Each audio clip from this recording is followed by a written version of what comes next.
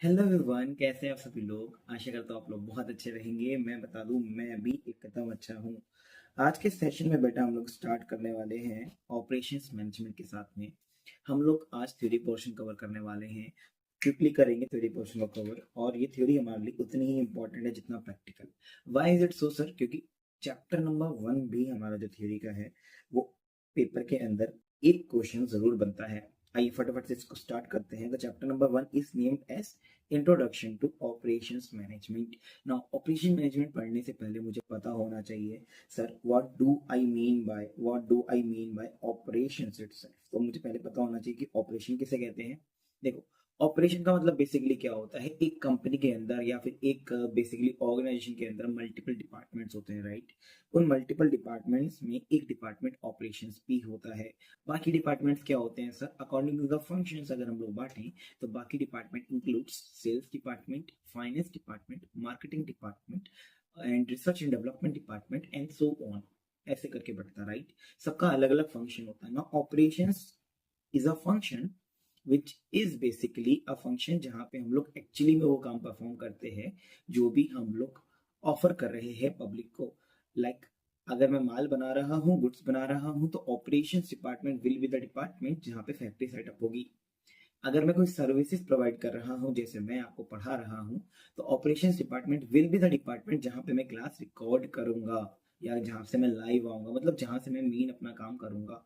उसके बाद में बाकी सारे डिपार्टमेंट आएंगे, सेल्स वाले, फाइनेंस वाले एंड सो ऑन। तो operations means day to day activity that a business perform to deliver the product और service that company offer. Clearly means that कि हम लोगों को यहाँ पे ये समझना है, ऑपरेशन का मतलब होता है कंपनी का वो काम, वो जो डीलिंग करने वाली है, जिससे उसको पैसा मिलेगा। तो बेसिकली हम लोग ऐसे बोल सकते हैं क्या, it operation means activity that generates revenue, है ना सर। ऑपरेशन से ही हम लोग वो चीज बना पाते हैं जो हम लोग रेवेन्यू जनरेट करने में बाद में यूज करते हैं। अच्छा, इसके अंदर तीन चीजें आती है बेटा। कौन कौन सी तीन चीजें आती है फटाफट मेरे साथ बोलेंगे, ठीक है। PSC. PSC of what? Raw material. तो it includes all activities from procurement, storage and conversion of raw material. मतलब मैं कोई भी चीज खरीदूंगा, कच्चा माल जिसे हम लोग बोलते हैं, ठीक है, उसको मैं कन्वर्ट करूंगा in something usable for consumer, right. तो ये जो पूरा प्रोसेस होगा ये ऑपरेशंस डिपार्टमेंट ही करेगा। जैसे मैंने आपको बताया कि ऑपरेशन डिपार्टमेंट ही प्रोडक्ट बना करके दे रहा है, तो रॉ मटेरियल का प्रोक्योरमेंट, स्टोरेज और कन्वर्जन पीएससी कौन करता है? ऑपरेशंस डिपार्टमेंट करता है। अच्छा, किस लिए कर रहा है? टू डिलीवर, या टू, यहाँ पे डिलीवर होना चाहिए, इसको आप करेक्ट कर लेंगे, ठीक है। ये डिलीवर होना चाहिए, to deliver the final product, या फिर आप यहाँ पे इसको फॉर कर लेंगे तो बात बन जाएगी। आप बाकी कुछ मत काटिए। For delivery of final product service to the customer, ठीक है। इतनी बात क्लियर हो गई यहाँ से, इतनी बात एकदम क्लियर हो गई इनको कि operation means what? Operation means that जो कंपनी डेली बेसिस पे कर रही है अपना काम, जिससे वो पैसा कमा रही है। इसके अंदर आता है PSC. PSC of raw material, procurement, storage and conversion of raw material for delivery of final product और सर्विस टू द कंज्यूमर। अच्छा, ऑपरेशंस मैनेजमेंट क्या होगा सर? ऑपरेशंस मैनेजमेंट बहुत सिंपल सी बात है। अब ऑपरेशंस जो आप कर रहे हैं, जो आप काम कर रहे हैं main day to day activity वाला, उसको मैनेज करने को हम लोग ऑपरेशंस मैनेजमेंट सर यहाँ पे बोलने वाले हैं, ठीक है। देखिए, operation management includes all activity that acquire raw material from input. Okay, तो हम लोग यहाँ पे क्या कर रहे हैं? रॉ मटेरियल को सबसे पहले एक्वायर करेंगे, उसके बाद इसको प्रोसेस करेंगे, उसके बाद हम लोग जो ये काम कर रहे हैं वो क्यों कर रहे हैं? ताकि कंज्यूमेबल प्रोडक्ट या सर्विस बना सकें जिससे कस्टमर की एक्सपेक्टेशन मीट हो सके सर। तो आपको एक बात समझनी है कि operations management is what? Operation management is what?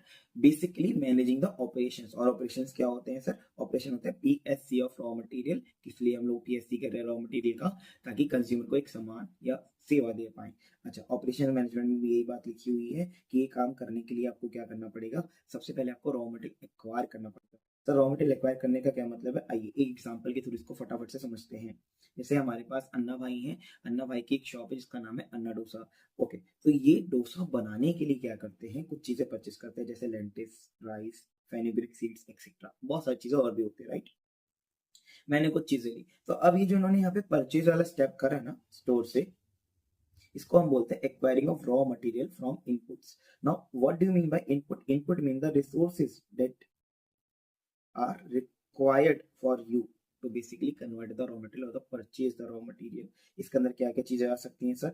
इसके अंदर आ सकता है आपका जैसे स्टोर आ गया. स्टोर भी आपका क्या हो गया, एक तरीके से इनपुट हो गया उस रॉ मटेरियल के लिए. ठीक है, तो यहाँ पे इनपुट क्या हुआ सर? ये स्टोर इनपुट हुआ इनके लिए. ठीक है, तो उन्होंने सबसे पहले क्या किया? Acquire of raw material from input, that means he is purchasing और अरेंजिंग बेसिक रॉ मटेरियल्स. तो हमने ऊपर भी यही देखा था प्रोक्योरमेंट, तो ये पी वाला स्टेप ही हुआ एक तरीके से. राइट सर, आगे देखिए. इसके बाद वो जो उन्होंने खरीदा था उसको एक प्रोसेस करेंगे, कन्वर्ट करेंगे इनटू कंज्यूमर प्रोडक्ट. अब जैसे इन्होंने यहाँ पे खरीदा राइस, तो राइस तो नहीं खिला देंगे, राइस को कन्वर्ट करके कुछ ऐसी चीज बनाएंगे जो इंसान खा सके. Now he prepares batter and fry along with sambar. तो सांबर बनाएंगे, उसके साथ में इसको भी फ्राई करेंगे, इडली वगैरह कुछ तो बनाएंगे. तो सेकंड स्टेप हमारा जो है ऑपरेशंस मैनेजमेंट में वो ये होगा, प्रोसेस देम और कन्वर्ट इनटू कंज्यूमर प्रोडक्ट और सर्विस. ठीक है, ये एग्जांपल में प्रोडक्ट है, वैसे सर्विस का भी ले लेंगे एग्जांपल. ओके, अच्छा, अब ये सब हम लोग कर क्यों रहे हैं? हम इसलिए कर रहे हैं ताकि हम लोग एक्सपेक्टेशन ऑफ कंज्यूमर मीट कर पाए. सर कंज्यूमर की एक्सपेक्टेशन मीट कब होगी? जब हम लोग क्वालिटी बढ़िया बनाएंगे. क्वालिटी बढ़िया बनाएंगे, वो खुश होगा, हमको पैसा देगा, हमारा एक मोटिव कंप्लीट होगा प्रॉफिट कमाने का. राइट, तो थर्ड स्टेप क्या होगा?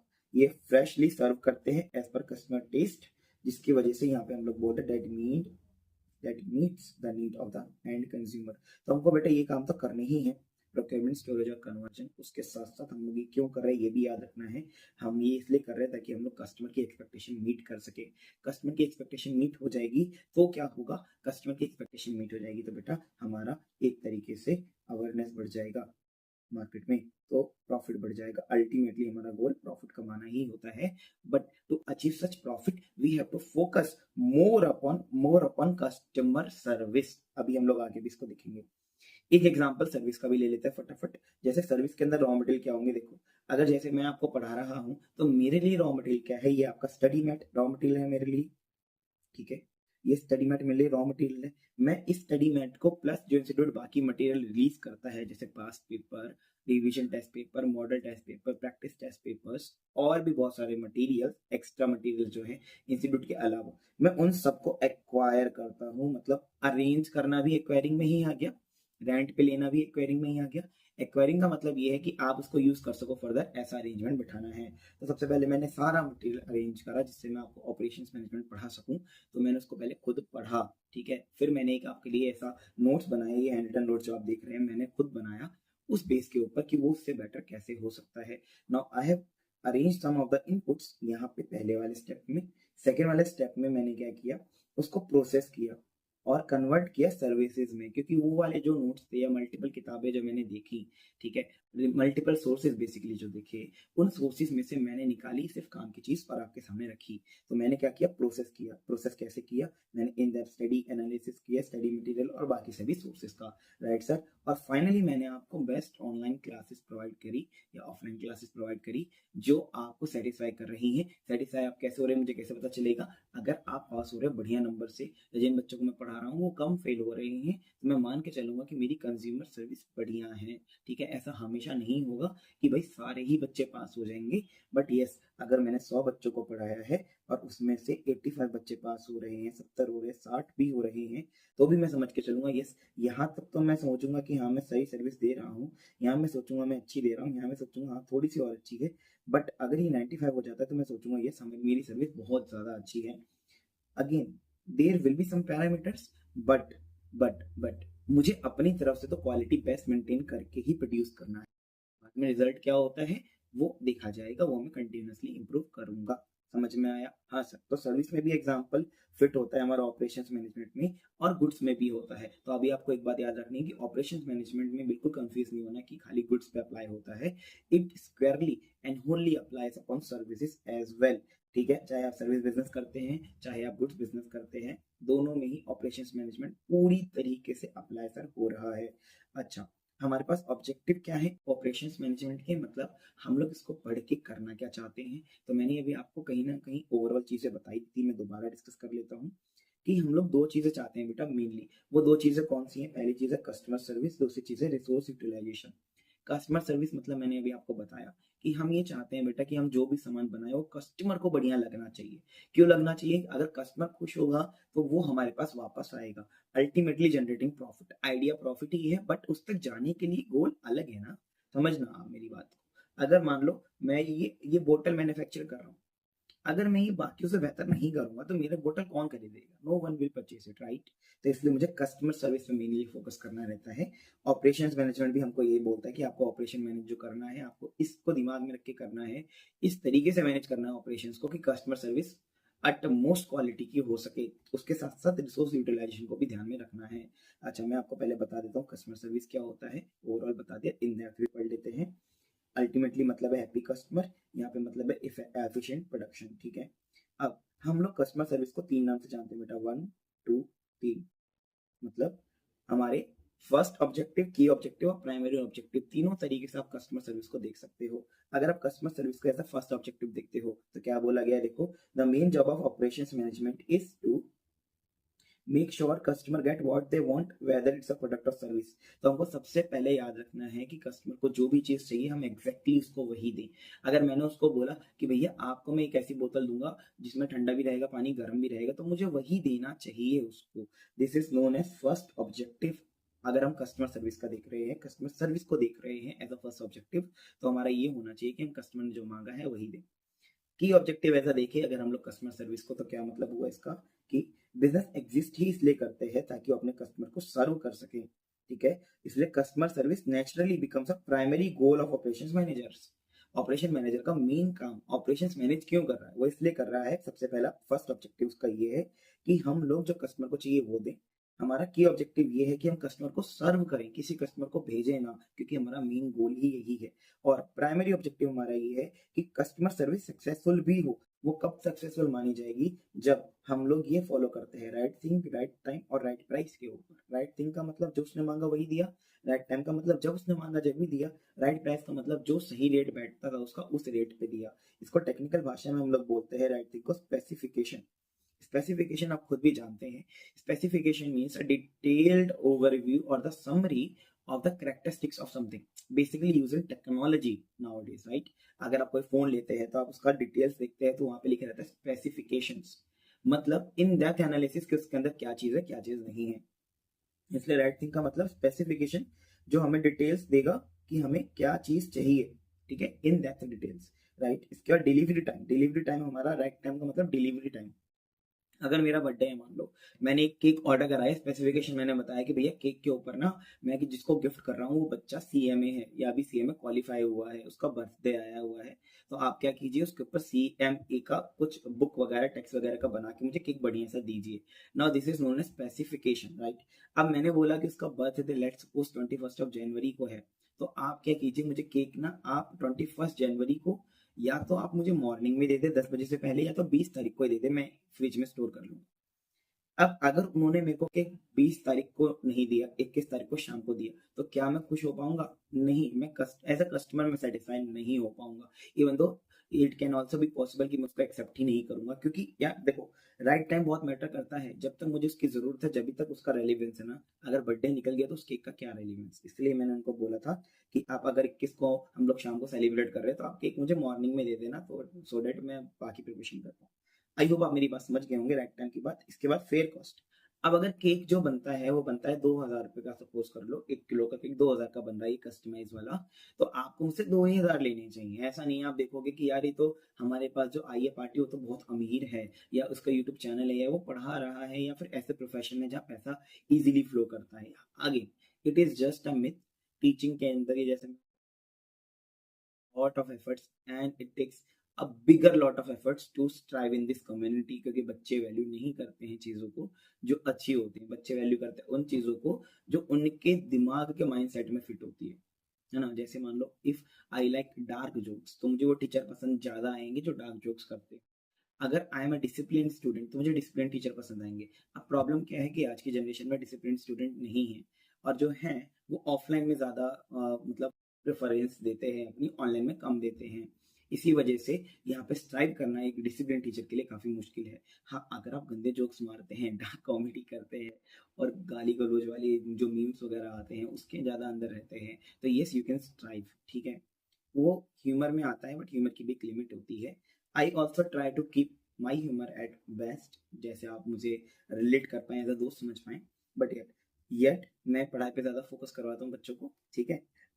अब मैं अपनी तारीफ क्या करूँ अपने मुंह से। और फेयर कॉस्ट आपको समझ में आ गया होगा कि फेयर कॉस्ट का मतलब ये है बेटा कि आपको जो चीज आप दे रहे हैं वो एक ऐसे रेट पे देनी है जो मार्केट में प्रिवेलिंग रेट है, ना ही ज्यादा होना चाहिए बहुत, ना ही बहुत कम होना चाहिए कि आपको नुकसान हो, ना इतना ज्यादा होना चाहिए कि कस्टमर को नुकसान हो। ओके, चलो, इसको ये भी बोलते हैं कि एक प्राइम कस्टमर या एक principal customer wants what, a prime और principal customer in OM wants STC, come on with me. STC का मतलब specification, delivery time and fair cost. तो एक प्राइम कस्टमर या एक प्रिंसिपल कस्टमर को हमसे क्या चाहिए कि उसकी कस्टमर सर्विस पूरी हो, उसको हमसे चाहिए बेटा एसटीसी। मेरे साथ साथ बोलेंगे एसटीसी। एसटीसी बोले तो specification, delivery time and fair cost. Okay, इसको ये भी बोलते हैं right thing, right time, right price principle, ठीक है। इसके बारे में हम लोग और आगे भी जानेंगे टोटल क्वालिटी मैनेजमेंट वाले चैप्टर में कि हम लोग कस्टमर सर्विस को बढ़िया क्वालिटी कैसे उनको प्रोवाइड करके एनहांस कर सकते हैं, ठीक है। आशा करता हूँ आपको ये बात मेरी समझ में आई हो। अच्छा, इंस्टीट्यूट ने यहाँ पे एक चीज और दी है, एस्पेक्ट ऑफ कस्टमर सर्विस। हमने ऊपर तो ये पढ़ ही लिया कि कस्टमर सर्विस कैसे हमारे लिए ऑब्जेक्टिव है, फर्स्ट की और प्राइमरी। और प्राइमरी में हमने ये भी देख लिया राइट थिंग, राइट टाइम और राइट प्राइस वाला सिनेरियो क्या रहता है। और हमने ये भी देखा कि प्राइम कस्टमर को, प्रिंसिपल कस्टमर को एसटीसी चाहिए रहता है हमसे, वो भी हम देख चुके हैं। अच्छा, अब मैं आपको आस्पेक्ट पढ़ाने लग रहा हूँ। आस्पेक्ट मतलब क्या क्या चीजें कस्टमर सर्विस में हमको फोकस करनी है मेनली। प्राइमरी का मतलब होता है जिसपे हमें मेनली फोकस करना है, और सेकेंडरी का मतलब इसमें हमें सेकेंडरी मतलब इसके बाद फोकस करना है, राइट। तो जैसे मैन्युफैक्चर वाला काम है तो हमें सबसे पहला फोकस हमारा ये होना चाहिए कि गुड्स जो है वो मैन्युफैक्चर ऐसे हो जो रिक्वेस्ट करा गया, मतलब स्पेसिफिकेशन को फॉलो करते हुए, राइट। सेकेंड, हमारा कंसिडरेशन या गोल ये रहना चाहिए मैन्युफैक्चरिंग में कि हमारा कॉस्ट या परचेस प्राइस कम से कम हो और टाइमिंग एकदम एक्यूरेट हो, ठीक है। अगर हम लोग ट्रांसपोर्टेशन करते हैं तो मूवमेंट जैसा है वो रिक्वायरमेंट के हिसाब से होना चाहिए, जैसा बोला गया है। अगर उसने बोला है कि मैं गाजियाबाद रहता हूँ लेकिन डिलीवर दिल्ली में कीजिए किसी और घर पे, तो वहीं पे होना चाहिए। अगेन उसमें भी हमको कॉस्ट और टाइमिंग देखना पड़ेगा। तो कॉस्ट और टाइमिंग हमेशा सेकेंडरी रहता है, प्राइमरी आपका वो रहेगा जो आप काम कर रहे हैं। जैसे मैन्युफैक्चरिंग कर रहे हैं तो स्पेसिफिकेशन के हिसाब से कीजिए, ट्रांसपोर्टेशन कर रहे हैं तो आप फटाफट फटाफट जैसा उसने बोला है वैसा ही काम कीजिए, देर मत करना। सप्लाई अगर आप कर रहे हैं तो आप ये भी बात याद रखना कि सप्लाई उसी की होनी चाहिए जो गुड्स उसने आपसे मांगे हैं। देखो, मैन्युफैक्चरिंग और सप्लाई में क्या फर्क है। Manufacturing you are doing when you are a manufacturer, supply you are doing when you are a trader, right. तो आप अगर ट्रेडर हो, आप माल नहीं बनाते, खाली बेचते हैं। तो अगर मान लो मेरे पास जो माल है वो किसी ने मेरे से मांगा और बोला कि मुझे ऐसा ऐसा चाहिए, तो मुझे वही सप्लाई करना चाहिए, ठीक है जी। गुड्स एज पर रिक्वेस्टेड और as per the acceptable specification. Again specification आ गया, मैन्युफैक्चरिंग में भी आता है और सप्लाई में भी आता है। अगेन कॉस्ट और टाइमिंग सेकेंडरी रहता है। अच्छा, सर्विस अगर आप दे रहे हैं, सर्विस मतलब गुड्स की बात ही खत्म हो गई, सर्विस दे रहे तो आपको ये बात याद रखना है कि सर्विस भी वैसी होनी चाहिए जो उसने हमसे मांगी है। जैसे डॉक्टर के पास में गया और मुझे स्किन का ट्रीटमेंट कराना है तो मुझे एक डर्मा डॉक्टर ही चाहिए, ऑर्थोपेडिक डॉक्टर नहीं चाहिए। अगर मैंने उसको बोला मुझे डर्मा की प्रॉब्लम है तो उसको वही देना मुझे चाहिए भी डॉक्टर, ठीक है। अगेन यहाँ पे कॉस्ट रहेगा और टाइमिंग में यहाँ पे डिलीवरी टाइम आ जाएगा। डिलीवरी टाइम या वेटिंग टाइम क्यों आ रहा है, क्योंकि सर्विस के अंदर ना डिलीवरी टाइम नहीं होता है। Service are not delivered because it is not a physical thing, right, it is invisible thing. तो हम लोग उसको ना परफॉर्म करते हैं जब बंदा हमारे सामने आता है, तो वो जो परफॉर्मेंस टाइम है उसको हम लोग डिलीवरी टाइम बोल रहे हैं, राइट। और वेटिंग टाइम मतलब उसके आने के बाद और सर्विस शुरू होने से बीच का जो टाइम है उसको हम लोग वेटिंग टाइम बोल रहे हैं। कस्टमर सर्विस में वेटिंग टाइम भी बहुत मैटर करता है। जैसे आपने ओला की कैब बुक करी, अगर वो आ रही है 30 मिनट में, your customer service experience will be worst, your day will be ruined, right। तो हमें वैसा नहीं करना है। अगर किसी ने कैब बुक करी है तो वो एक लाइक एक्सेप्टेबल टाइम में आ जानी चाहिए, 15 minute 10 minute 20 minute max to max, उससे ज्यादा नहीं होना चाहिए। तो यहाँ पे वेटिंग टाइम भी बेटा बहुत मैटर करता है। अच्छा, अब हम लोग आ जाते हैं रिसोर्स यूटिलाइजेशन के ऊपर। ये मेजर ऑब्जेक्टिव है but it is a secondary objective, right. हमारा प्राइमरी ऑब्जेक्टिव कस्टमर सर्विस ही रहता है। इसमें हम लोग क्या बोल रहे हैं कि भैया resource utilization refers to the extent to which an enterprise available input जैसे labor, equipment, material और facilities are employed in production, हाँ production ही हो गया ना, production या producing goods or services in relation to the potential capacity। मतलब उनकी जो potential capacity है वो उसके हिसाब से कितना काम कर पा रहे हैं। जैसे मैं एक दिन में मान लो एक दिन में एक स्टूडेंट की मैं बोलूँ तो वो 12 घंटे पढ़ सकता है। Now this is the potential capacity that he can study for. But अगर वो इसमें से केवल 4 ही घंटे पढ़ रहा है तो उसकी एफिशिएंसी आप बताइए क्या कम है ज्यादा है, या प्रोडक्टिविटी कम है ज्यादा है? सर बहुत कम है। प्रोडक्टिविटी कैसे निकलती है सर? जितना आपने काम किया, जितना हम कर सकते थे डिवाइड कर देंगे और मल्टीप्लाई बाय 100 कर देंगे, तो ये हो गया हमारे पास 1/3। तो मतलब आपकी 33% ही खाली productivity I. Now this is a red flag, क्योंकि आपको 12 घंटे पढ़ाई करनी थी, आपने 4 ही करी। आप 10 करते तो एक्सेप्टेड होता। तो हमको यहाँ पे ये भी देखना है कि कस्टमर सर्विस के चलते हुए कहीं ऐसा ना हो जाए कि हमारा रिसोर्स जो है वो गलत तरीके से यूज हो या कम यूज हो। ठीक है, तो हमको उस पर ही ध्यान देना है। ये क्या होता है? ये क्वांटिटेटिव मेजर है, कैसे रिसोर्सेज कितने अच्छी तरीके से रिसोर्सेज आउटपुट जनरेट करने में लगे हुए हैं और आइडल नहीं है। आइडल मतलब खाली नहीं है, खाली नहीं बैठा हुआ है, ना मशीन ना लेबर। आगे इसकी वजह से रिड्यूस होना चाहिए वेस्ट भी। तो रिसोर्स यूटिलाइजेशन का 2 ही टारगेट है कि आप ज्यादा से ज्यादा सामान बनाएं और कम से कम वेस्ट करें। ज्यादा ज्यादा सामान बनाने का मतलब ये है बेटा कि आपको कंटिन्यूसली मशीन को चलाना है। जैसे मैं एसी का एग्जांपल लेता हूँ। Once you start the AC, वो 20 मिनट तक एक 3 स्टार एसी या लेट्स सपोज 5 स्टार एसी ले लेते हैं, एक 5 स्टार एसी 20 मिनट तक अपनी इनिशियल स्टेज में होता है। 25 मिनट के पास लगभग वो स्टेबलाइज हो जाता है, फिर उसके बाद उसका पावर कंजप्शन कम हो जाता है। अगर आपने उसको चलाया ही 12 मिनट और फिर बंद कर दिया, और फिर दोबारा चलाया 12 मिनट और फिर बंद कर दिया, और फिर चलाया 7 मिनट बंद कर दिया, तो ये पैटर्न जो है ये आपकी एनर्जी सेव नहीं करेगा, उल्टा ज्यादा लेगा। क्योंकि इनिशियली जब एसी चलता है तो पहले 20 मिनट ज्यादा एनर्जी लेता है, उसके बाद स्टेबलाइज हो जाता है, फिर कम लेता है। तो instead of this pattern you could run the AC directly for 60 minute, उसमें इवन कम लगेगा। ऐसा होता है बेटा, मशीन की एफिशिएंसी कंटिन्यूस रन में ही बढ़ती है। अगर आप चला के बंद कर देंगे, आइडल छोड़ेंगे, तो उसकी कैपेसिटी कम होगी, मेंटेनेंस भी बढ़ जाएगी। समझ में आ रही है आपको बात? कैपेसिटी यूटिलाइजेशन आपको हायर रखना है। ये कैसे होता है, कैसे नहीं होता है, प्रैक्टिकल हम आएंगे नहीं आएंगे, इन सबका जवाब मिलेगा आपको कैपेसिटी प्लानिंग चैप्टर और production planning and control chapter में। ठीक है, अब यहाँ पे आपके दिमाग में एक बात तो आ ही रही होगी, वो मैं आपके सामने डिस्कस भी कर लेता हूँ कि सर अगर इतना सब कुछ है तो मतलब तो ये हुआ कि अगर हम कस्टमर को खुश करने जाएंगे तो रिसोर्स यूटिलाइजेशन में फेल हो जाएंगे। रिसोर्स यूटिलाइजेशन मतलब पैसा बचाएंगे तो कस्टमर को अच्छी सर्विस कैसे देंगे? Yes, this is known as operational dilemma, मतलब डर। तो यहाँ पे क्या होता है कि हमने ये बोला कि कस्टमर सर्विस देने के लिए आपको भाई राइट थिंग राइट टाइम और राइट क्वांटिटी देनी पड़ेगी। और यहाँ पे मैंने ये बोला कि भैया कॉस्ट ऑफ प्रोडक्शन हमारी क्या होनी चाहिए? कंट्रोल और रिड्यूस होनी चाहिए, और आउटपुट मैक्सिमम होना चाहिए, वेस्ट सबसे कम होना चाहिए। अब ये सब चीजें दोनों की दोनों मैनेज करना थोड़ा मुश्किल है। Now this becomes important for your examination. Why? क्योंकि यहाँ पे डबल ऑब्जेक्टिव ऑफ ओएम आता है, क्योंकि ओएम के 2 ही ऑब्जेक्टिव है, दोनों कॉन्ट्राडिक्टरी हैं। एक पूरा होता है तो दूसरा नहीं होता, दूसरा होता है तो पहला नहीं होता। सर ऐसा कैसे है, बताता हूँ। देखो, ये मैं पूरा आपको पढ़ा चुका हूँ, ये आपका राइटिंग है। अगर आपके एग्जाम में आता है कि ऑपरेशनल डायलेमा क्या है तो आप ये राइट कर सकते हैं। मैं आपको पढ़ा चुका हूँ वैसे बेसिकली कि कस्टमर सर्विस और रिसोर्स यूटिलाइजेशन कैसे कॉन्ट्राडिक्टरी है। अब मैं आपको एक एग्जाम्पल कराने वाला हूँ जो है जीजी नंबर 3। चलो सर, अभी जीजी नंबर 3 देखते हैं। जीजी नंबर 3 से ना आपके सारे डाउट मैं मिटा दूंगा। किसके बारे में सर? ऑपरेशनल डायलेमा के सारे डाउट आपके क्लियर आउट हो जाएंगे। देखिए, जीजी 3 क्या बोलता है कि हमारे पास एक कंपनी है रोनित फूड्स करके, वो क्या कराती है? वो मील बॉक्स बनाती है, ready to eat meal box, right. वो बनाती है 10,000 की कैपेसिटी के साथ में, मतलब बना सकती है। This is not the actual production, this is the basically production which it can do maximum. ठीक है, ये इतना कर सकती है। अभी ये 7,000 डब्बे बनाती है एक दिन में, जिसका डिलीवरी टाइम एक दिन है, मतलब 7,000 डब्बे बना रही है एक दिन में और एक दिन में डिलीवरी भी कर देती है। कस्टमर सेटिस्फेक्शन 9.2 आता है, कॉस्ट 55 रुपए आती है। कैसे निकली अभी आगे बताऊंगा। ठीक है, अगर ये अपनी 70% यूटिलाइजेशन को 98% तक ले जाए, मतलब अभी ये 7,000 डब्बे बनाती है, वो 70% के बराबर है, तो अगर इसको 98% पे ले जाएंगे तो ये 9800 हो जाएगा, है ना? लॉजिकल है, बिल्कुल क्लियर बात है। हाँ सर, तो 9800 अगर यूटिलाइजेशन पहुंच जाए तो कॉस्ट 45 रुपए पर बॉक्स पहुंच जाएगी। कैसे निकालेंगे ये भी मैं अभी आपको सिखाऊंगा। ठीक है, हालांकि क्वेश्चन में गिवन है, फिर भी मैं लॉजिक बताऊंगा कि क्वेश्चन ने कैसे निकाला।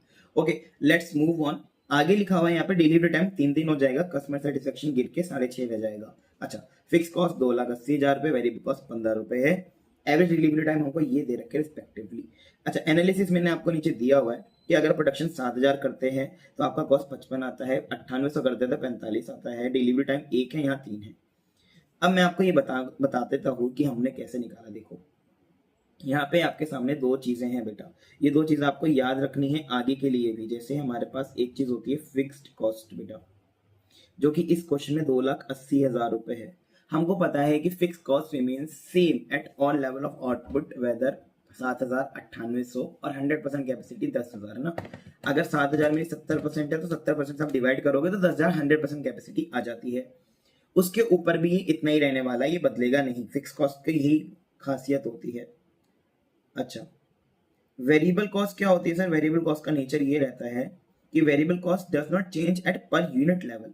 तो 15 रुपए बताई गई ऊपर क्वेश्चन में, तो 15 रुपए ही रहेगी, ये 15 रुपए से चेंज नहीं होगी पर यूनिट में, ठीक है, टोटलिटी में चेंज होगी। तो हमें ये बात याद रखनी है कि फिक्स कॉस्ट टोटलिटी में चेंज नहीं होती, ये होती है, ये पर यूनिट में चेंज होती है, ये नहीं होती है, दोनों एक दूसरे के अपोजिट है। अच्छा, जब मैं 2,80,000 यूनिट बना रहा हूँ, सॉरी 2,80,000 रुपए लगा रहा हूँ फिक्स कॉस्ट के और 7,000 यूनिट ही बना रहा हूँ केवल, तो मेरी पर यूनिट फिक्स कॉस्ट कितनी आई? देखो 2,80,000 डिवाइड बाय 7,000, तो 40 रुपए मेरी आ गई फिक्स्ड कॉस्ट, ठीक है बेटा। अब टोटल कॉस्ट जब मुझे निकालना रहता है तो आपको फॉर्मूला पता होगा, variable cost plus fix cost, ठीक है। तो ये आ गया हमारे पास 40 प्लस 15, ठीक है, तो ये हो गया हमारा 55। Now this is our starting point here, ये 55 वाला। आई होप आपको समझ में आया हो कि 2,80,000 हमारा फिक्स कॉस्ट है, जो कि टोटलिटी में तो चेंज नहीं होगा लेकिन पर यूनिट चेंज होगा, इसलिए मैंने 7,000 से डिवाइड करा। 15 हमेशा सेम रहेगा, ये सेम रहेगा पर यूनिट ही, क्योंकि सब जगह देखो 15 सेम रहेगा। अब ऐसे करके हम लोग रेट निकाल लेते हैं हर एक यूनिट लेवल पे, जैसे 7,000, 7,500, 8,000, 8500, 9,000, 9,500 और 9,800। सर ये आपने गैप कैसे लिया? बेटा ये रैंडम गैप है, मैंने 500 का लिया है, 1,000 का भी ले सकते हो, बट मैक्सिमम में 9800 तक ही जा सकता हूँ, क्योंकि क्वेश्चन में मैक्सिमम ही वही दिया गया है, ठीक है। तो अब हम पहले कॉस्ट निकाल लेते हैं कि टोटल कॉस्ट हमारी हर लेवल पे कितनी बैठेगी पर यूनिट बेसिस पे, ठीक है। टोटल कॉस्ट पर यूनिट कितनी बैठ रही है देखो। अब 7500 यूनिट पे कैसे निकलेगी? देखो 2,80,000 डिवाइड बाय 7500, तो आप करोगे 2,80,000 डिवाइड बाय 7500, तो आपके पास आ जाएगा यही 37 रुपए 33 पैसे, फिर 35, 33, 31 और 29 और 28, ऐसे करके आएगा, 15 सेम रहेगा। टोटल कॉस्ट हमारी हर लेवल पे निकल जाएगी, ठीक है। इसके बाद हमारे पास टाइम क्वेश्चन में ही दिया हुआ था कि बेटा टाइम हमारा 1, 1.3, 1.7, 2, 2.5, 2.8 और 3 है, वही मैंने एज इट इज लिख लिया। अब आप डिसाइड कैसे करो, क्योंकि यहाँ पे हमारे पास दोहरे ऑब्जेक्टिव हैं, अभी हमने ऊपर देखा डबल ऑब्जेक्टिव है। हमको कॉस्ट मिनिमाइज करनी है, आपको पता ही होगी ये बात कि हमको कॉस्ट क्या करनी रहती है, मिनिमाइज करनी रहती है। और क्योंकि मुझे कस्टमर का डिलीवरी टाइम भी मिनिमाइज करना है ताकि क्वालिटी और कस्टमर सर्विस अच्छी हो सके, इसलिए मुझे ये भी क्या करना पड़ेगा, मिनिमाइज करना पड़ेगा। तो मुझे एक ऐसा पॉइंट ढूंढना पड़ेगा जहाँ ये दोनों मिनिमाइज हो। अब देखो कॉस्ट तो मेरी मिनिमाइज यहाँ पे हो रही है, टाइम मेरा मिनिमाइज यहाँ पे हो रहा है, और इन दोनों में कोई रिलेशनशिप नहीं है। तो अगर मैं 7,000 बनाता हूँ तो मैं कस्टमर सर्विस में बढ़िया हूँ, लेकिन अगर मैं 9800 बनाता हूँ तो मैं रिसोर्स यूटिलाइजेशन में बढ़िया हूँ। तो मुझे ना एक ऐसा पॉइंट ढूंढना पड़ेगा जहां ये दोनों बैलेंस में हो, ना कोई ज्यादा हो ना कोई कम। इस बैलेंस को निकालने के लिए हमें निकालना पड़ेगा ट्रेड ऑफ पॉइंट। अब देखो मैं आपको जो अंडरस्टैंडिंग यहाँ पे दे रहा हूँ, it does not follow your syllabus. Institute आपको ये चीजें नहीं सिखाना चाहता, इंस्टीट्यूट में खाली थ्योरी है। मैं आपको प्रैक्टिकल क्वेश्चन के जरिए समझाना चाहता हूँ कि डिसाइड होता कैसे है। ध्यान से समझना है ना।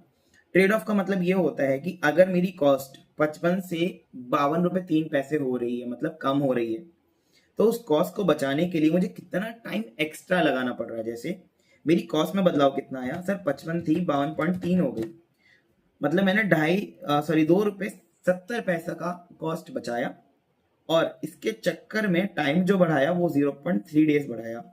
देखो यहां से यहाँ आया तो 0.3 डेज प्लस हो गया, यहां से यहाँ आया तो मेरा कॉस्ट बचा 2.7। तो मुझे ट्रेड ऑफ निकालना पड़ेगा, मतलब एक ऐसा पॉइंट जहां पे इन दोनों का मैं बैलेंस निकाल सकूं। तो मुझे पता चल जाएगा यहाँ पे ट्रेड ऑफ पॉइंट का फॉर्मूला क्या है, delta cost divide by delta time. तो मुझे एक तरीके से ट्रेड ऑफ पॉइंट मिल जाएगा, देखिए वो आएगा 2.7 divide by 0.3, that comes as 9, ठीक है। तो पहले वाले लेवल पे तो कुछ नहीं आएगा, दूसरे लेवल से ये 9 आ गया यहाँ पे। इसके बाद हम लोग फिर से करते हैं कम, अब 52.3 से 50 हो गया, तो मतलब 2.3 डिवाइड बाय यहाँ से कितना चेंज हो 0.4 का, राइट, हम माइनस कर लेंगे 0.4 ही आएगा। 2.3 डिवाइड बाय 0.4 5.75, ठीक है। पहला तो ये हमारा 0.0 रह गया, इसके बाद ये आया। अब इसके बाद यहाँ पे 2 का चेंज है, यहाँ पे 0.3 का चेंज है, 2 डिवाइड बाय 0.3, ये हो गया 6.66। इसके बाद कितने का चेंज है, 0.5 का चेंज है यहाँ पे, और यहाँ पे हमारा 48 माइनस 40.12, तो चेंज आया 1.88। 1.88 डिवाइड बाय 0.5, ये आया 3.76। इसके बाद मेरे पास यहाँ पे चेंज कितना है, 40.12 माइनस 44.5, 1.62, और यहाँ पे चेंज कितना है 0.3 का, तो मैं डिवाइड कर दूंगा 0.3 से, तो ये आ गया 5.4। इसके बाद हमारे पास यहाँ पे है 44.5 माइनस 43.5, 1 का चेंज, और डिवाइड बाय 0.2 का चेंज, तो ये हो गया 5। अब आप खुद बताइए, नहीं आप खुद देखो ना, अब तुम खुद ही बताओ, ट्रेड ऑफ पॉइंट हमें मिनिमम उठाना है कि जहाँ पे हमें कॉस्ट जो बच रही है उससे टाइम हमारा कम से कम जाए। तो देखो पहले 9 था, फिर ये कम हो गया 5.75 हो गया, फिर बढ़ गया, फिर 3 हो गया, फिर 5.4, फिर 5। तुम्हें सबसे मिनिमम कौन सा लग रहा है? सर सबसे मिनिमम तो ये वाला पॉइंट है। तो जहाँ पे ट्रेड ऑफ पॉइंट मिनिमम होगा ना, हम उसी क्वांटिटी को प्रोड्यूस करेंगे, वहां पे बैलेंस रहेगा। तो हमारा डिसीजन ये होना चाहिए सर कि हम लोग प्रोड्यूस करें 9000 यूनिट्स, जिसमें हमारा डिलीवरी टाइम रहने वाला है कितना, 2.5 दिन का, और हमारा कॉस्ट रहने वाला है 46.12। Now this is our balance point. कैसे पता चला? ट्रेड ऑफ पॉइंट से। ये अंडरस्टैंडिंग के ऊपर बेस था आपकी कि आपने यहाँ पे एक ऐसा पॉइंट निकाला, बैलेंस अप्रोच निकाला, जहाँ पे आपने एक्चुअली दोनों को बैलेंस किया। अब थियोरेटिकली तो ये लिखना बहुत इजी है, लेकिन अगर आप समझ जाते हैं तो आपके लिए और बेहतरीन ये बात हो जाती है। ठीक है, आई होप आपको बिल्कुल क्लियर हो गई है बात कि ट्रेड ऑफ पॉइंट हमारा मिनिमम जहाँ पे हमने वो चूज किया जो कि 9000 यूनिट आया। ठीक है, ये हमने निकाला कैसे, delta cost divide by delta time. ठीक है जी, ओके सर, हमें यहाँ तक सारी बातें आपकी समझ में आ गई, हमने गांठ बांध ली आपकी सारी बातों की, जितना भी अभी तक हमने पढ़ा। इसके बाद scope of operations management. Scope का मतलब ही कहाँ तक फैला हुआ है, मतलब what are the areas that are covered under the scope of operations management.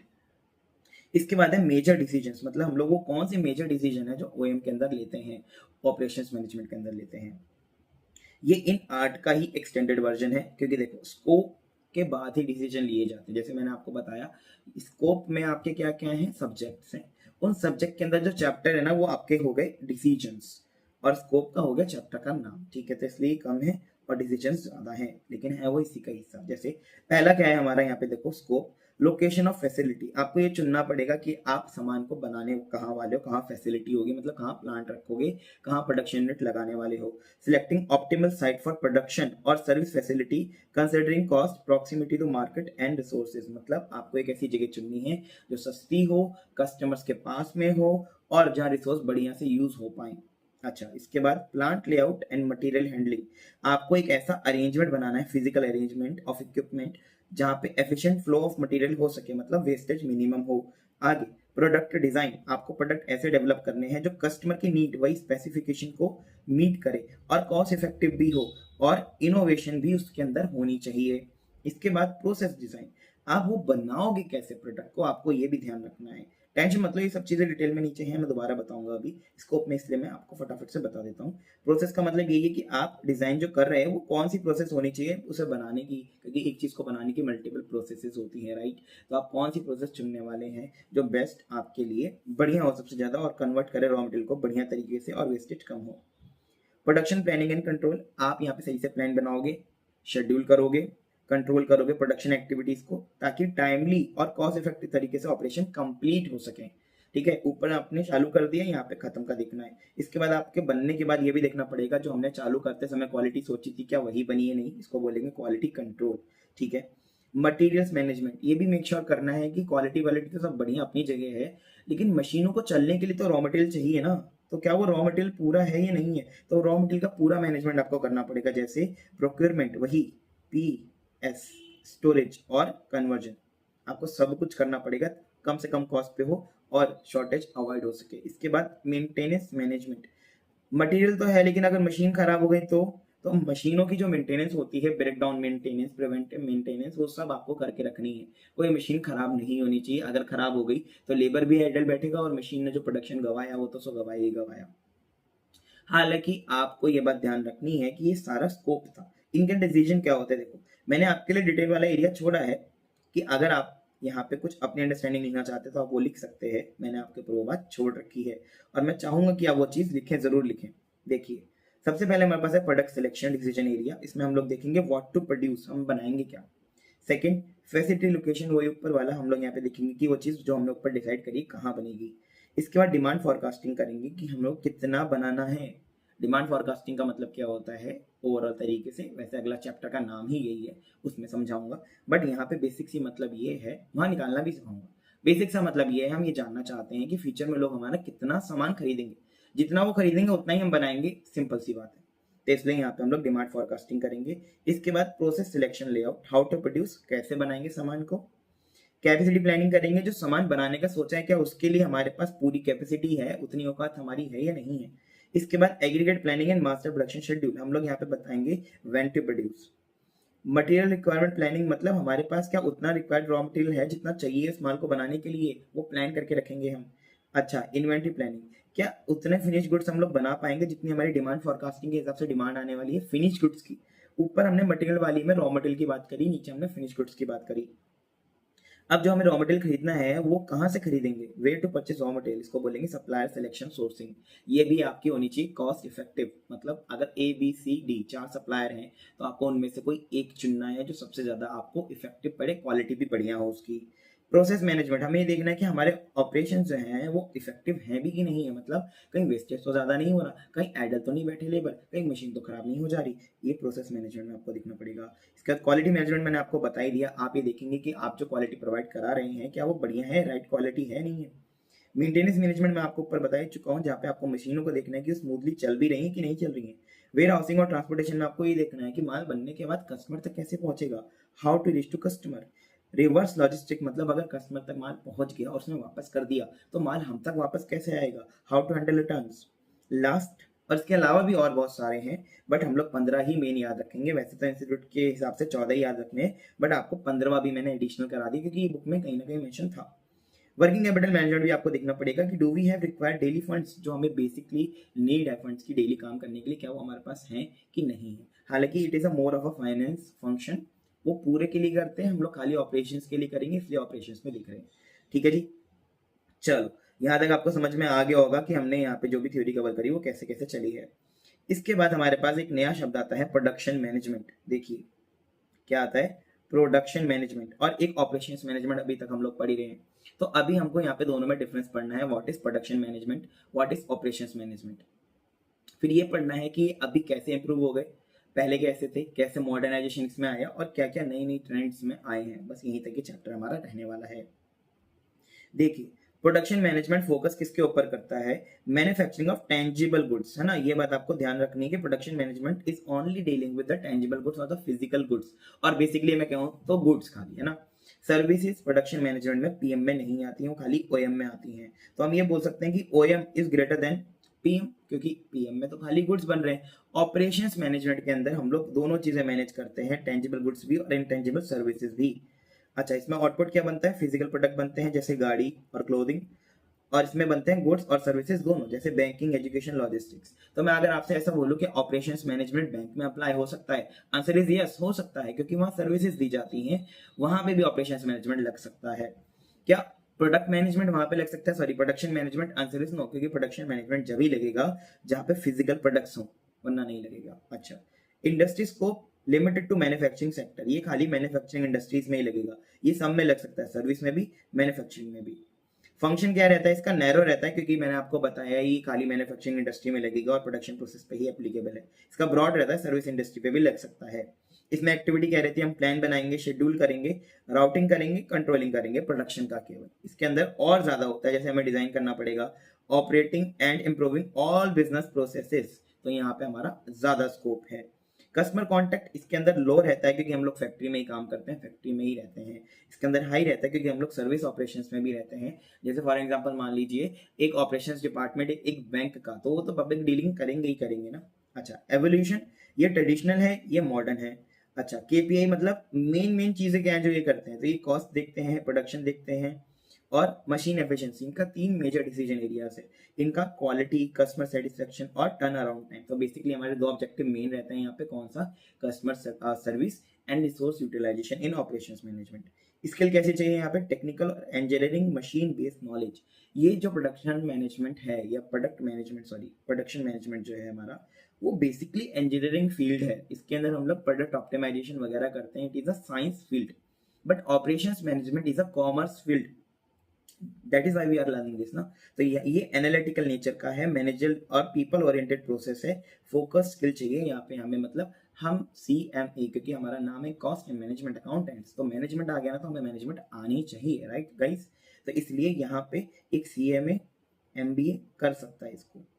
CAs are not well versed with operations management, पहले उनके कॉस्टिंग के फाइनल में हुआ करता था, अब नहीं है, they are very limited to accounting and taxation only. आगे एग्जाम्पल वही है, टेक्सटाइल मैन्युफैक्चरिंग फैक्ट्री, और यहाँ पे टेलीकॉम फिल्म जो बना रहे, उसका पूरा का पूरा कस्टमर एक्सपीरियंस ऑपरेशंस मैनेजमेंट से मैनेज हो सकता है। अब देखो, अब रिसेंटली क्या क्या बदलाव आया POM में, ठीक है, POM मतलब दोनों हो गया, तो दोनों के पहले अभी हम लोग एक देखते हैं, POM मतलब दोनों, अपना प्रोडक्ट एंड ऑपरेशंस मैनेजमेंट, उसके अलावा अभी हम लोग पहले दोनों देखेंगे, ठीक है। ये देखिए यहाँ से देखना चालू करते हैं, सॉरी उसके पहले एक करके देखते हैं। Characteristics of modern production management, modern production management PM, modern वाला कैसा हो गया, मॉडर्न वाला कैसा हो गया, देखिए यहाँ पे ना 4 पॉइंट है, 1 2 3 4, तो मॉडर्न अब 4 पॉइंट पे बेस है। पहला, मैन्युफैक्चरिंग इज कॉम्पिटिटिव एडवांटेज, पहले मैन्युफैक्चरिंग को ना केवल एक रूटीन एक्टिविटी लिया जाता था, मतलब करना ये, इसमें क्या फर्क पड़ता है, कोई फर्क नहीं पड़ता, तो ये सोचते थे कि जैसे वो एक डायलॉग नहीं था कि यार कि पापा तो सबके होते हैं राम, वो बोलता है सबके नहीं होते, बिल्कुल उसी तरीके से कि यार प्रोडक्शन तो सभी करते हैं ना, नहीं, प्रोडक्शन सब बढ़िया तरीके से नहीं कर रहे हैं, जो बढ़िया तरीके से करेगा उसको कॉम्पिटिटिव एडवांटेज मिलेगा। कॉम्पिटिटिव एडवांटेज का मतलब अपने कंपटीशन से आगे जाने का मौका, ठीक है, पूरा नहीं लिख रहा, मेरी हिंदी थोड़ी वीक है, ठीक है। यहाँ पे ये बात आपको समझने की, पहले लोग खाली फोकस करते थे कि अरे ये तो रूटीन एक्टिविटी है, कर लो खत्म करो, बट अभी इसको एक एफिशिएंट तरीके से करना बहुत मेजर इंपैक्ट डालता है आपकी कॉस्टिंग पे, प्राइसिंग पे, लोग ये बात समझ गए हैं। पहले लोग सोचते थे कि ये रूटीन फंक्शन है और फोकस खाली हाई डिमांड मीट करने पे था, कि अगर जितनी डिमांड आ रही है उतना बना के दो, कॉस्ट कितना भी लगे, बट अभी लोग समझ गए हैं कि हमारे पास कैपेसिटी लिमिटेड है और इंटेंस कंपटीशन है, इसी वजह से हमको स्ट्रेटेजिकली काम करना पड़ेगा, और हमको स्ट्रेटजी अपनानी पड़ेगी प्रोडक्शन की भी, जो कि इस तरह है, TQM time based competition, business process engineering, JIT focus factory, flexible manufacturing system, computer integrated manufacturing, virtual corporation. हमारा गोल क्या है कि हम लोग कॉम्पिटिटिव एज ले, मतलब बाकियों से आगे निकले अपने एफिशिएंट रिस्पॉन्सिव प्रोडक्शन सिस्टम से। पहले हम लोग इस पर फोकस नहीं करते थे, अभी करते हैं, ठीक है। तो ये सब चीजें जो है ना, इससे डरना मत, ये सब चीजें आपको आगे फाइनल में भी पढ़ने को मिलेगी, और इंटर में भी अभी आपको OM में पढ़ने को कुछ चीजें मिल जाएंगी, जैसे TQM। आगे देखिए, पहले हम लोग सोचते थे कि प्रोडक्शन मैनेजमेंट केवल प्रोडक्ट के लिए होता है, मतलब फिजिकल चीजों के लिए ही होता है, अभी हम लोग इसको इंटीग्रेट करने लगे सर्विस सेक्टर के साथ भी। सपोज कि एक बैंक जो क्रेडिट कार्ड बनाता है, अब क्रेडिट कार्ड की तो मैन्युफैक्चरिंग कर सकता है ना वो, तो क्या मैं उसको मैन्युफैक्चरिंग बिजनेस बोल दूं, नहीं बेटा, वो सर्विस बिजनेस ही रहेगा ना स्टिल, लेकिन यहाँ पे इंटीग्रेशन हो गया, प्रोडक्शन मैनेजमेंट का हो गया ऑपरेशंस मैनेजमेंट के साथ, है ना। तो आपको ये बात समझने की, हम लोग यहाँ पे क्या कर रहे हैं, सर्विस सेक्टर के साथ इंटीग्रेट कर रहे हैं धीरे धीरे, क्योंकि वहां पे भी प्रोडक्शन सिस्टम चाहिए। क्यों चाहिए, क्योंकि इनटेंजिबिलिटी एंड पेरिशेबिलिटी ऑफ सर्विस, मतलब सर्विस छुई नहीं जा सकती और खराब हो जाती है, मतलब टाइम फैक्टर बहुत इंपॉर्टेंट होता है, अगर आप बीमार हो, डॉक्टर अभी आपको नहीं मिला, तो बाद में कोई फायदा नहीं है उसका मिलने का ना, तो प्रोडक्शन मैनेजमेंट वहां भी जरूरी है। और इंटरेक्शन विद कस्टमर होता है, तो मतलब ये सारे के सारे पॉइंट जो हैं आपके, आपको एक बात समझाते हैं कि प्रोडक्शन मैनेजमेंट अब लिंक होना चाहिए किससे साथ में, सर्विस इंडस्ट्री के साथ में, जो पहले नहीं होता था। आगे शिफ्ट इन वर्कफोर्स, तो हमारा यहाँ पे ये भी मतलब है कि टेक्नीशियंस जो थे पहले हमारे, जो हार्डकोर इंजीनियर्स थे, अब उसको हम लोग सर्विस ओरिएंटेड प्रोफेशनल बना रहे हैं, जो थोड़ी बहुत सर्विस भी दे पाए अपने मेन काम के साथ में। यहाँ पे हमारा गोल क्या है कि हम लोग सर्विस सेंटरिंग थिंकिंग को इंटीग्रेट करें प्रोडक्ट डिजाइन और डिलीवरी में, जो कि हम लोग पहले बिल्कुल प्रोडक्शन मैनेजमेंट को अलग मानते थे, ऑपरेशंस मैनेजमेंट को अलग मानते थे, अब कहीं ना कहीं इंटीग्रेट करना हम लोग चाह रहे हैं। Disappearance of smoke stacks, smoke stack का मतलब पुराना एक भद्दी फैक्ट्री जो थी उसको स्मोक स्टैक बोलते हैं, स्मोक स्टैक का मतलब खाली धुआं छोड़ने वाली जगह, to be very honest in literal terms, तो हमको इससे बचना है। ओल्ड परसेप्शन क्या था हमारे की factory work polluting, labour intensive और डल थी, पुरानी फैक्ट्रीज बहुत बेकार थी, खाली पॉल्यूशन करती थी, लेबर इंटेंसिव मतलब मशीनें भी थी लेकिन उससे ज्यादा लेबर थे, और डल दिखाई देती थी, मतलब देखने में अच्छी नहीं लगती थी। अभी क्या है, अभी हम लोग एनवायरमेंट फ्रेंडली और एस्थेटिक वर्क प्लेस बना रहे हैं, मतलब अच्छे दिखने वाले work place, even though factory भी आजकल अच्छी दिखाई देने लग गई है और अच्छी बन रही है। जैसे ये हो क्यों रहा है? लेबर लॉ है हमारी कंट्री में, एनवायरमेंटल अवेयरनेस लोगों में आ गई और नॉलेज बेस्ड इंडस्ट्रीज ज्यादा हो गई हैं। ठीक है, मतलब लेबर लॉ प्रोटेक्ट करते हैं, फैक्ट्रीज एक्ट आपने पढ़ा हुआ है, इंटरमीडिएट में आपके है भी लेबर लॉज में, है ना, उसमें बताया गया कि एक फैक्ट्री में क्या क्या चीजें होनी चाहिए, क्या क्या चीजें नहीं होनी चाहिए, बेयर मिनिमम। उसके ऊपर आप कितनी डालते हो तो अलग ही चीज है। तो कहीं ना कहीं लेबर लॉ भी प्रोटेक्ट कर रहे हैं कि आप कैसे स्मोक स्टैक को एक बदल के बढ़िया तरीके से आप अच्छी फैक्ट्री बनाइए। एनवायरमेंटल अवेयरनेस भी लोगों को आगे, तो पोल्यूशन भी कंट्रोल कर रहे हैं और नॉलेज बेस्ड इंडस्ट्रीज का भी बढ़ना इसको प्रमोट कर रहा है। एग्जाम्पल में है एबीबी, एलएनटी, जीएस के रिसेंबल कैंपस स्टाइल एनवायरमेंट। तो यहाँ पे आपको समझना है कि एक सर्विस इंडस्ट्री का जैसे बिजनेस मॉडल होता है, उसके अंदर ऑफिस होता है एकदम नीट एंड क्लीन, जहाँ पे डेस्क जॉब होती है, उसी तरह हम फैक्ट्री को भी कहीं ना कहीं बनाने की कोशिश अब कर रहे हैं। स्मॉल स्टेक का मतलब, सॉरी, स्मोक स्टेक का मतलब क्या होता है? भद्दा, गंदा, जो पहले था। यहाँ पे गोल क्या है? Make factories pleasant, sustainable and socially acceptable work place. ठीक है जी। आगे हमारे पास चौथा पॉइंट है, स्मॉल हैज बिकम ब्यूटीफुल। ये एक लाइन ली गई किताब से, जो कि लिखा था ईएफ भाई ने, हमारे ईएफ भाई ने अपनी किताब जो है हमारा स्मॉल इज ब्यूटीफुल नाम है जिसका, उससे लिया था, वहां से फिलोसफी ली गई है। ये क्या बोलता है कि आप छोटी छोटी यूनिट रखो ना, एकदम बड़ी फैक्ट्री में डालो ना। आपने ये बोला कि भैया एक बड़ा प्लांट लगा देते दिल्ली में काम खत्म, नहीं भाई नहीं। आप दिल्ली में 4 प्लांट लगाओ छोटे छोटे, स्मॉल इज ब्यूटीफुल ना। देखो, स्मॉल स्केल इंडस्ट्री लगाओ, इंटरमीडिएट टेक्नोलॉजी लगाओ, कम्युनिटी ओनरशिप दो, labour laws and regional resources को यूज करो, और contrast with traditional focus on mass production and economics और स्किल। ये सारे काम आप करो, तो मतलब छोटा अब ज्यादा बेहतर है। Encourage decentralized human scale production models. Decentralize मतलब जहाँ पे सेंट्रलाइजेशन होती है तो एक ही ऑफिस रहता है, हेड ऑफिस, बाकी छोटे छोटे ब्रांच होते हैं। बट इन्होंने बोला कि नहीं, आप छोटे छोटे भी मेन ऑफिस रखो, बड़े बड़े मत रखो। समझ में आ गया होगा आपको। अब हम लोग आगे बढ़ते हैं और ये देखते हैं कि मॉडर्न ऑपरेशंस मैनेजमेंट कैसे चल रहा है। अब हम लोग टेक्नोलॉजिकल डेवलपमेंट पे ज्यादा जा रहे हैं। इसमें क्या हो गया? Emphasizes automation, AI, IoT, internet of things and data analytics to streamline process.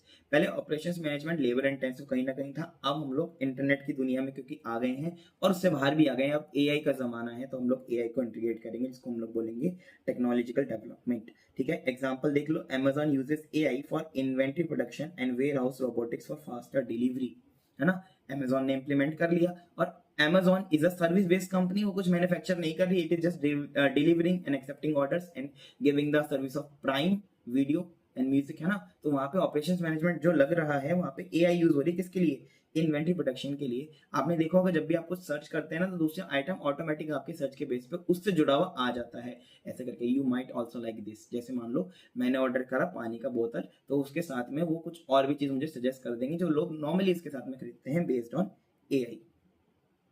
Shorter product life cycle, पहले हम लोग लॉन्गर की तरफ थे, अभी शॉर्टर आ गए। जैसे products become obsolete quickly due to fast innovative and customer demand. तो अब हमारा डीपर इनसाइट ये कहता है, कैरेक्टरिस्टिक्स जो नए हैं वो ये कहते हैं कि प्रोडक्ट की लाइफ साइकिल ना छोटी रखो।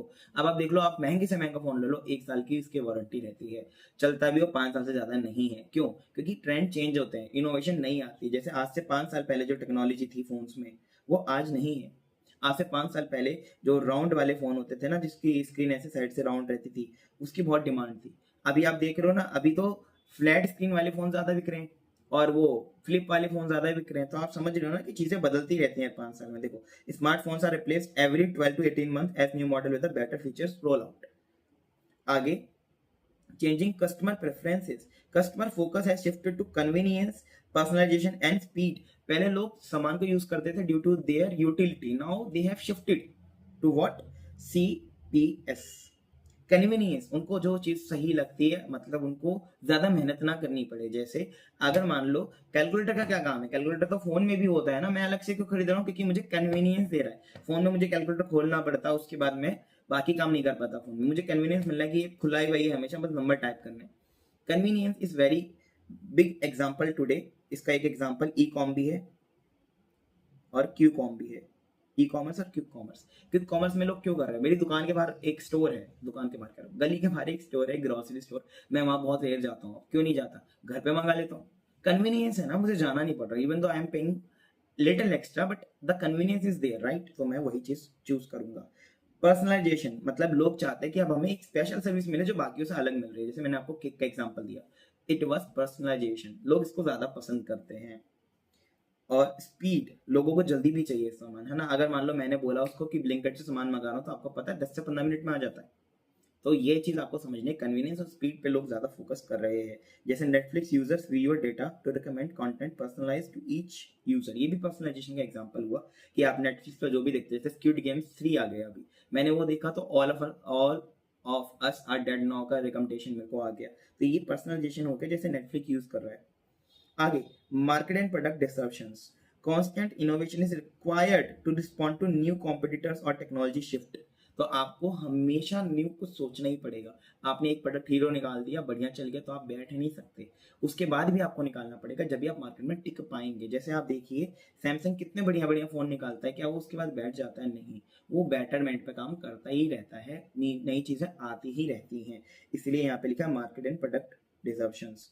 Tesla disrupted the automobile industry with electrical vehicles and over the air updates, है ना। तो टेस्ला ने एक नई चीज करी तो उसने डिसअप कर दिया। डिसअप मतलब पेनेट्रेशन करना मार्केट में, और कुछ ऐसा लेके आना जो लोगों ने कभी देखा नहीं था, तो वो लोग उसकी तरफ ज्यादा भागते हैं। जो लोग ये चीज फॉलो अप नहीं कर पाते वो मार्केट से आउट हो जाते हैं बेटा। और ये बात पक्की है, आने वाले 20 सालों में EV is the future. Petrol वाली बाइक और गाड़ियां जो कंपनी बना रही हैं, अगर उन्होंने ईवी पे शिफ्ट नहीं किया जल्दी तो वो बंद हो जाएंगी। Globalization, operations are spread across countries to tap new markets and cost advantage। तो अब पहले लोग क्या करते थे, पहले एक बाउंड्री में ही रहते थे, टेरिटरी में ही रहते थे, बट अभी लोगों ने एक्सपेंड करना चालू कर दिया है, लोग ग्लोबल जाते हैं। मेरे बराबर में एक घर है, वहां पे एक बच्चा रहता है, he is just 20 years old, मेरे ख्याल से अभी होगा। वो मेरे से पहले पढ़ाई, मतलब मेरे से पढ़ता था। He has also given some of the examination, जहाँ से उसने मेरे से पढ़ाई करी थी, और मेरे से बहुत ज़्यादा गाइडेंस भी लेता है। अभी उसने एक ब्रांड बनाया अपना होममेड कुकीज़ का, एंड यू वोंट बिलीव कि वो एक्सपोर्ट करता है कनाडा तक अपनी कुकीज़। उसने एक ऐसा कुछ बंदे को हायर किया जिससे शेल्फ लाइफ बढ़ सके, 15-20 दिन की है, वो एक्सपोर्ट भी करने लगा। तो आजकल तो मैं समझता हूँ कि बिजनेस अगर आप कर रहे हैं तो globalization is not a big deal now. Once it was a very very much big deal कि आप क्या एक्सपोर्ट कर रहे हो, 1000 तरीके की चेकिंग होती थी। अभी ऐसा कुछ भी नहीं है भाई, इट्स इजी ब्रो। वो डॉलर्स में अर्न कर रहा है, व्हाई? बिकॉज ऑपरेशंस मैनेजमेंट अब ग्लोबलाइजेशन में जा चुका है, ठीक है। जैसे Apple designs in US, manufactures in China and sells globally, है ना। अभी तो इंडिया में भी बनाने लगा है। Affordable service excellence, high quality service with low margin is expected. अभी कस्टमर ये सोचता है कि भैया अच्छी सर्विस मिले लेकिन सस्ते में मिले। आप भी क्लासेस लेने जाते हैं तो आप ये सोचते हैं कि ज्यादा महंगी ना हो और अच्छी भी हो। तो आप अब सोच ही बदल चुके हैं अपनी, पहले ऐसा नहीं होता था, पहले महंगी चीजों को बढ़िया माना जाता था। इसका एग्जाम्पल ओला और उबर है, जो अफोर्डेबल कैब सर्विसेज देते हैं। और ये एग्जाम्पल भी पुराना हो गया है, इसकी जगह पे एक नया एग्जाम्पल आप लिख लीजिए, रैपिडो। रैपिडो इनसे भी सस्ती कैब दे रहा है अभी, और सर्विस उनसे बेहतर दे रहा है। जैसे अगर आप 7 सीटर, एक 7 सीटर गाड़ी बुक करते हैं, तो ओला में जैसे मान लो मेरे घर से कश्मीरी गेट का डिस्टेंस 5 किलोमीटर है, तो इस 5 किलोमीटर के लिए एक 7 सीटर गाड़ी ओला वाले मेरे से ले रहे हैं 2000 रुपये। वहीं रैपिडो वाला मेरे को 550 रुपये में, मतलब 575 के अराउंड छोड़ के आया कल ही, 7 जनों वाली गाड़ी में। मतलब मेरे पास 7 जने थे, अकेले थोड़ी ना बैठ के जाऊंगा यार। लेकिन देख रहे हो फर्क? तो यहाँ पे ये चीज है कि सर्विस सेम और गाड़ी भी नहीं थी वो, लेकिन cheap. Operational cost pressure, firms must balance quality and speed while minimizing cost. मैंने ऊपर आपको बताया था ना डायलमा वाला केस है, तो अभी आपको मैनेज करना पड़ेगा दोनों चीज। Zara uses just in time manufacturing to reduce inventory cost. GIT क्या होता है बेटा? जीआईटी का मतलब ये होता है आप बल्क करके मत रखो स्टॉक को, बस उतना रखो जितना आपका बिक जाए। तो आपको एक्यूरेट डिमांड फॉरकास्टिंग करनी पड़ेगी। अगर मैंने फॉरकास्टिंग करी 200 यूनिट, तो मैं 200 ही इन्वेंट्री में होल्ड करके रखूंगा, क्योंकि ज्यादा इन्वेंट्री होल्ड करके रखने से मेरी इन्वेंट्री होल्डिंग कॉस्ट बढ़ती है बेटा, और मुझे कॉस्ट मिनिमाइजेशन करने के लिए जीआईडी का उपयोग करके उसको रिड्यूस करना पड़ेगा कि मैं कितनी इन्वेंट्री होल्ड करके रखता हूँ at any given point of time in the year. आशा करता हूँ आपको मेरी बात समझ में आ गई होगी। तो हमने यहाँ पे डिफरेंस भी कर लिया, ठीक है, और हमने कैरेक्टरिस्टिक्स भी कर लिए, मॉडर्न वाले किसके, ओएम के, और पीएम के भी कर लिए, ठीक है। अभी हम लोग आ जाते हैं यहाँ पे रिसेंट ट्रेड इन पीओएम। अब तो दोनों सेम ही हो गया, आपको पता ही चल गया होगा कि प्रोडक्शन और ऑपरेशंस मैनेजमेंट अब सेम ही हो गया। Even operations management is greater than PM. तो एक तरीके से पीएम ओएम में ही जुड़ गया पूरी तरीके से। तो रिसेंट ट्रेंड क्या हुआ है, ग्लोबल मार्केट प्लेस बन गया है हमारा। कंपीट हमें ग्लोबली करना पड़ता है, क्रॉस बॉर्डर कोलैबोरेशन करना पड़ता है, कोलैब करना पड़ता है, ठीक है। जैसे Infosys serves clients world wide with distributed delivery models. तो अभी आपको ना पूरा एकदम ग्लोबल कंपटीशन लेके चलना पड़ेगा। Strategic alignment, align production with marketing, finance and strategy. मैंने अभी आपको ऊपर भी बताया कि आप प्रोडक्शन को केवल आप अलग से नहीं कर सकते, आपको प्रोडक्शन को देखना पड़ेगा स्ट्रेटेजिकली कि हमारी डिमांड क्या आएगी, हमारी मार्केटिंग कैसे होगी, हम उसी हिसाब से बनाएंगे। जैसे आप समझना, अभी मैंने एक एग्जांपल देखा था किसी कंपनी का, वो कुछ फेस वॉश समथिंग कुछ बनाते हैं, तो वो जैसे कुकुम्बर का कोई फेस वॉश है ना, तो उन्होंने ऐसा शेप का बनाया, मतलब कलर भी खीरे वाला ही था पूरा कुकुम्बर, और इसकी वजह से उनकी ना 60% सेल्स बढ़ गई। तो आपने देखा ये बनाने का काम किसका था, प्रोडक्शन का। लेकिन अगर हम लोग प्रोडक्शन को अलग मानते, मार्केटिंग को अलग मानते, तो प्रोडक्शन तो वैसे ही होता रहता है एक नॉर्मल सिंपल बोरिंग बोतल में, बट इन्होंने बोतल का ही शेप चेंज कर दिया। स्ट्रॉबेरी वाला भी इन्होंने स्ट्रॉबेरी की शेप का करा हुआ है कुछ ऐसा करके, आप देखना नेट पे सर्च करके तो आपको पता चलेगा। गाजर में स्ट्रॉबेरी ये, ठीक है, समझ में आया आपको। तो मैं ये बोल रहा हूँ production now linked with marketing, जैसा चाहिए मार्केटिंग का वैसा प्रोडक्शन होता है, तो दोनों एक हो गए हैं अभी, ठीक है। जैसे Toyota links lean production with market segmentation strategies, okay. TQM नया आया है हमारे लिए, बहुत इंपॉर्टेंट है। Continuous improvement involving all employees, पहले ऑल एम्प्लॉइज का कोई मतलब नहीं था, क्वालिटी टीम होती थी जो इंप्रूव करती थी, अभी सबको करना पड़ता है। जैसे Sony implemented TQM to regain quality leadership after initial market decline, पहले सोनी गिर गया था, अभी वापस उठ रहा है TQM की वजह से। फ्लेक्सिबिलिटी होनी चाहिए, adapt product variety volume and delivery timelines, आपको अडेप्टेबल होना पड़ेगा। अभी जो आपके पास है POM, उसके हिसाब से न्यू ट्रेंड ये है कि आपको फ्लेक्सिबल रहना पड़ेगा बेटा। नई डिमांड आती है, कुछ चीज नहीं बदल जाती है, ट्रेंड आ जाता है नया, तो फटाफट प्रोडक्शन करो उसका, रुको मत। डेल अलाउस कंज्यूमर्स या customers to configure laptop before ordering, mass customization offer करता है। डेल ही नहीं हर कोई करता है। अभी आपको देखा होगा कि लैपटॉप जब आप परचेस करते हो ना, तो आपके पास ऑप्शन आते हैं कि आपको 8 GB रैम चाहिए या 16 GB रैम चाहिए, या ग्राफिक कार्ड कौन सा चाहिए। Now you have options. जैसे मैंने एक लैपटॉप खरीदा, तो उसमें मेरे पास दो ऑप्शन थे कि मैं इंटेल का उसमें प्रोसेसर लूँ या मैं AMD का प्रोसेसर लूँ। तो हर एक लैपटॉप में अभी ऑप्शन भी आने लगा है, तो ये तो अच्छी बात है ना। तो इसलिए मैं यहाँ पे बोल रहा हूँ फ्लेक्सिबिलिटी है। टाइम रिडक्शन आपको करना पड़ेगा कि लीड टाइम आपका रिड्यूस हो जाए, मार्केट रिस्पॉन्सिवनेस बढ़ जाए। आप मार्केट को कैसे अप्रोच करते हो वो टाइम कम होना चाहिए। Domino's guarantees pizza delivery within 30 minutes to boost customer satisfaction, है ना। ये तो बहुत पुरानी बात हो गई। अभी तो भाई और ज्यादा लोग क्लेम कर रहे हैं कि भैया हम आपके घर में 10 मिनट में डिलीवरी कर देंगे, तो इससे कस्टमर सेटिस्फेक्शन बढ़ता है। टेक्नोलॉजिकल इंटीग्रेशन, बिना टेक्नोलॉजी तो बेटा कुछ नहीं है, कोई भी बिजनेस उसमें टेक्नोलॉजी इंटीग्रेट करनी ही पड़ेगी। आपको CAD, CAM, AI, ML, cloud system सब कुछ करना पड़ेगा। अभी क्या हुआ पीछे, मैंने बहुत सारे नोट्स बना रखे थे इसमें, और यही कारण है कि अभी मेरे को बहुत नुकसान भी हुआ। मैंने ना क्लाउड इंटीग्रेशन नहीं किया था। क्लाउड का मतलब क्या होता है बेटा, एक ऐसा स्टोरेज जो ऑनलाइन आपके फाइल सेव करके रखता है, but physically you do not have to maintain it. Physical storage क्या होते हैं, पेन ड्राइव, मेमोरी कार्ड, ये सब चीजें फिजिकल है जो मेरे पास हैं। क्लाउड का मतलब क्या रहता है कि वो मेरे पास नहीं कहीं और है, बट मेरा डेटा वहां पे सेफ है। अब क्या हुआ, मैंने ना ये जो मेरा टैब है, ये आईपैड बेसिकली, दूसरा है वो तो मेरा खराब हो गया। ये वाला जो मेरा टैब है सैमसंग का है, रिसेंटली अपडेट हुआ। जब ये अपडेट हुआ तो मैंने किसी ऑप्शन पे क्लिक कर दिया शायद, जिससे मेरा डेटा पूरा साफ हो गया। अब मेरा डेटा क्योंकि फिजिकल था वो साफ हो गया, तो मेरा पूरा डेटा ही लॉस हो गया। अगर वो क्लाउड होता तो लॉस नहीं होता, वो रिट्राइव कर लेता मैं। बट यहाँ पे आप समझ रहे होगे कि मेरे को कितना लॉस हुआ टेक्नोलॉजी इंटीग्रेशन ना करने की वजह से। तो हमें करना ही पड़ेगा क्लाउड सिस्टम को भी। जैसे मान लो आपके पास ऑफिस में रिकॉर्ड है कंप्यूटर में, और आग लग गई तो सारा रिकॉर्ड गया ना, तो अगर आप क्लाउड पर रखोगे तो वो बच जाएगा। Bajaj Auto uses automated assembly lines to improve speed and precision. Worker involvement, अब आपको ना सबको इंक्लूसिव ग्रोथ लेके चलना पड़ेगा, आपको सबको अपने साथ लेके चलना पड़ेगा, आप अलग नहीं कर सकते उसको। Empowering staff leads to better suggestions and morale, मतलब आपको सबकी बात सुननी चाहिए। जैसे मान लो मैं कैलकुलेटर मैन्युफैक्चरिंग करता हूँ, तो मैं लोअर लेवल वालों की भी बात सुनूंगा, और अगर वो ये बोल लेना कि भाई 2 बटन आपने गुलाबी क्यों रखे हैं, आप 3 बटन गुलाबी रखो, तो हो सकता है मैं इस बारे में सोचूं, बट उनको सुनना जरूरी है। ठीक है, देखो जैसे टाटा स्टील ने क्वालिटी सर्कल्स बना रखे हैं ताकि डाउन टाइम कम हो जाए और इंप्रूव हो जाए एफिशिएंसी। री इंजीनियरिंग मतलब रीथिंक आपको करना है entire business process for dramatic improvement, मतलब आप पूरा का पूरा प्रोसेस दोबारा से देख के पूरा बदलो, छोटी मोटी चीज नहीं। जैसे मान लो अभी क्या हो रहा है, टेक्नोलॉजी अगर अपग्रेड हो जाती है तो आपको पूरा का पूरा BPR करना पड़ता है। मान लो अभी ये कैलकुलेटर है, अब मैं इसको अगर मान लो आज से 10 साल बाद सोचूं तो क्या ये एग्जिस्ट करेगा, नहीं करेगा। इसकी जगह पे कोई एडवांस वर्जन आएगा ना, तो उस समय पे क्या होगा, जो कैसियो कंपनी कैलकुलेटर बना रही है पूरी प्रोसेस ही चेंज करेगी अपनी, BPR बोलते हैं इसको। ठीक है जी, आगे एनवायरमेंटल फोकस अब हमारा बढ़ गया है, हम लोग एनवायरमेंट के लिए भी सोचने लगे हैं। ऐसा कोई भी काम हम लोग नहीं करते हैं जो एनवायरमेंट को हानि पहुंचाए, और हमें ऐसा करना भी नहीं चाहिए। जैसे एक बॉडी शॉप करके कंपनी है जो रिसाइकल पैकेजिंग और नेचुरल इंग्रेडिएंट्स यूज करती है। इंग्रेडिएंट्स, ठीक है। कॉर्पोरेट डाउनसाइजिंग मतलब streamline operations to shed excess capacity, छोटी टीम रखो, लीन टीम बट बढ़िया टीम, ठीक है।